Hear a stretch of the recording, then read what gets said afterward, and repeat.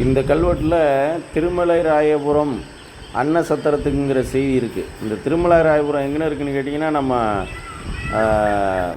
சத்திரம் தான் திருமலை ராயபுரம்னு அழைக்கப்படுது. திருமலை ராயபுரம் அன்னசத்திரத்துக்கு அப்படிங்கிற செய்தியை சொல்லியிருக்கு. அதாவது இந்த நிலங்கள் கொடுத்துருக்குறாங்க.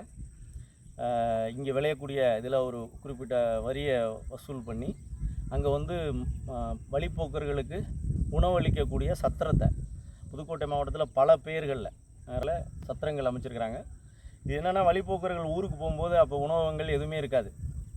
அப்போ மக்களும் பயணம் செய்கிறவங்களும் இலவசமாக சாப்பிடணும், அவங்களோட இரவு தங்கணும், திருட்டு பயம் அது இல்லாமல் இருக்கிறதுக்கு ஒவ்வொரு ஊர்லேயும் சத்திரத்தை அமைச்சு மிகப்பெரிய காரியத்தை தொண்டைமான் மன்னர்கள் செஞ்சுருக்கிறாங்க. அப்படி அந்த காரியத்திற்கான உணவளிக்கக்கூடிய ஏற்பாடுகளையும் செஞ்சுருக்கிறாங்க.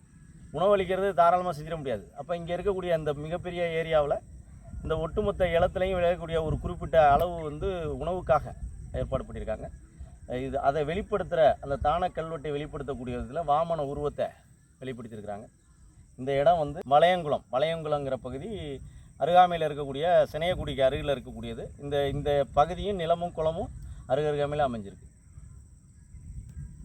இந்த ஏரியா இப்போ புதுக்கோட்டை மாவட்டம் குளத்தூர் தாலுக்கா சினையக்குடி கிராமத்தை சேர்ந்த இடம். இந்த இடத்துக்கு வளையங்குளத்தை சேர்ந்த இடம். அது வளையங்குளம் பாசனம் உள்ள இடம். அந்த வளையங்குளம் பூராவே புதுக்கோட்டை மூலியமாக அந்த காலத்து மன்னர் காலத்தில் விடப்பட்டது. நாங்கள் தற்போது விவசாயம் பண்ணி அனுபவிச்சுட்டு வரோம். ஆனால் எங்களுக்கு அதை விற்கவோ எதுவும் பாதிக்கவோ உரிமை கிடையாது.